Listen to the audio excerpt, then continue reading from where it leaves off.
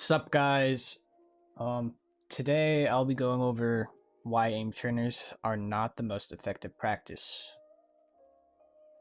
Reason number one, TAC FPS games are more reliant on map knowledge and game sense more than anything else.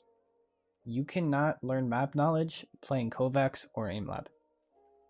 The more you play, the more you will learn that crosshair placement is most important in the aim aspect of TAC FPS games.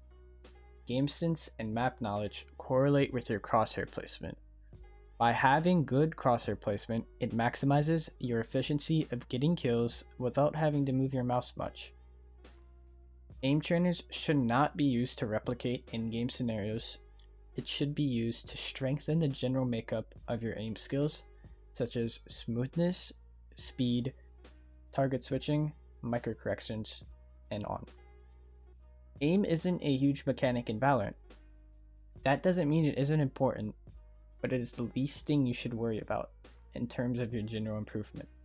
It seems as most Valorant players blame their reason for dying on their aim, which is just simply not true. 99% of the time, it is due to something along the lines of bad positioning, committing to the fight when you simply could have bursted and jiggled behind cover, miscommunication, over-aggression, or failure to react to the enemy's movements.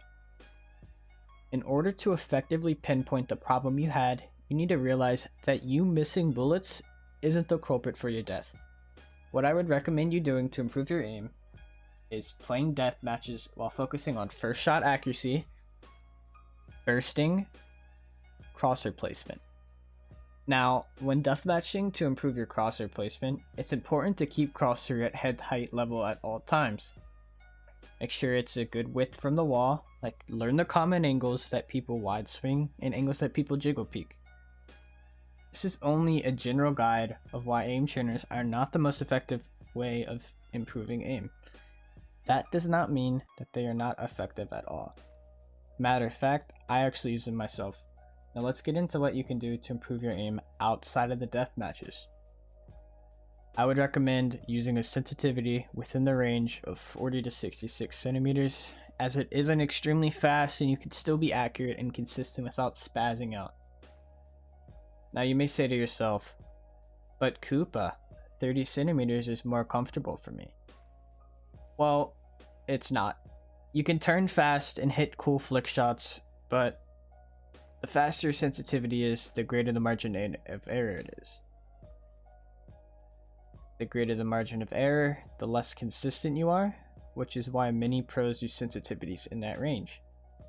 You will be best when you are most consistent. That's just how the game works. Now you may ask, what about pros like Asuna and Hiko, who use really fast sensitivities? Well, what works for them is not optimal for the general population of Valorant players. They play the game 12 hours a day and have thousands upon thousands of hours of tactical first-person shooters played. You aren't on their skill level. Stop trying to copy their sensitivity.